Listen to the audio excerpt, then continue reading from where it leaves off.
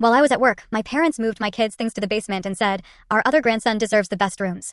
I never thought my own parents would betray us so completely, or that their favoritism could cut so deep it would force me to make the hardest decision of my life. It was a moment of pure disbelief, watching them choose my brother's family over my own children, and it shattered everything I thought I knew about family. My name's Amanda, and I'm 35. I'm a mom to the sweetest 10-year-old twins, Jack and Emma. 2 years ago, after my divorce, we moved in with my parents. At first, it really felt like a blessing. I mean, I work crazy 12-hour shifts as a pediatric nurse, and I desperately needed help. They offered, and despite our complicated history, I really tried to make it work.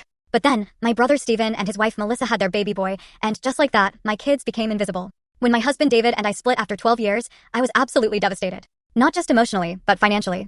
Our whole life had revolved around his income as a software engineer, and I'd only worked part-time as a nurse so I could raise our twins.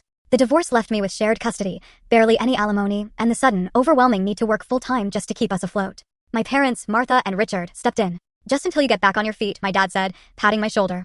I was so grateful, even with our past. Growing up, I was always the responsible one, the rule follower, the one who met expectations. My younger brother, Steven, though, he was the golden child, could do no wrong. I spent 8 years pushing myself through nursing school, specializing in pediatrics because, honestly, I just love working with kids. My path wasn't flashy, but it was steady. Steven, on the other hand, dropped out of college, started some tech business my parents funded, and now, at 32, he was pulling in 6 figures. The favoritism was so ingrained, so normal, I barely even noticed it anymore. Jack and Emma are just wonderful kids, each with their own distinct personalities.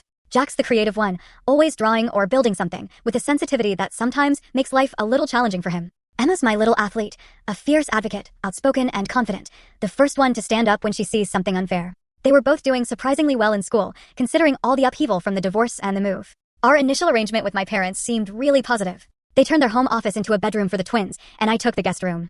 I bought groceries, did most of the cooking, and made sure the kids were always respectful of their grandparents' space and routines. With my 12-hour shifts at the children's hospital, sometimes overnight, my parents would help with school drop-offs and pickups when they needed to. The plan was simple: save enough for a security deposit and first month's rent on our own place within a year. I was so careful with every penny, picking up extra shifts whenever I could, stashing away as much as humanly possible.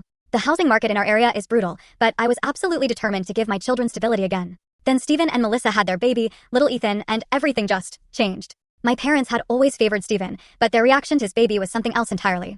They actually transformed their formal dining room into a nursery for Ethan, even though Steven and Melissa had their own huge 4-bedroom house across town. They bought all this expensive baby equipment that would only be used during visits. My mother started canceling plans to help with my kids if Steven needed anything at all.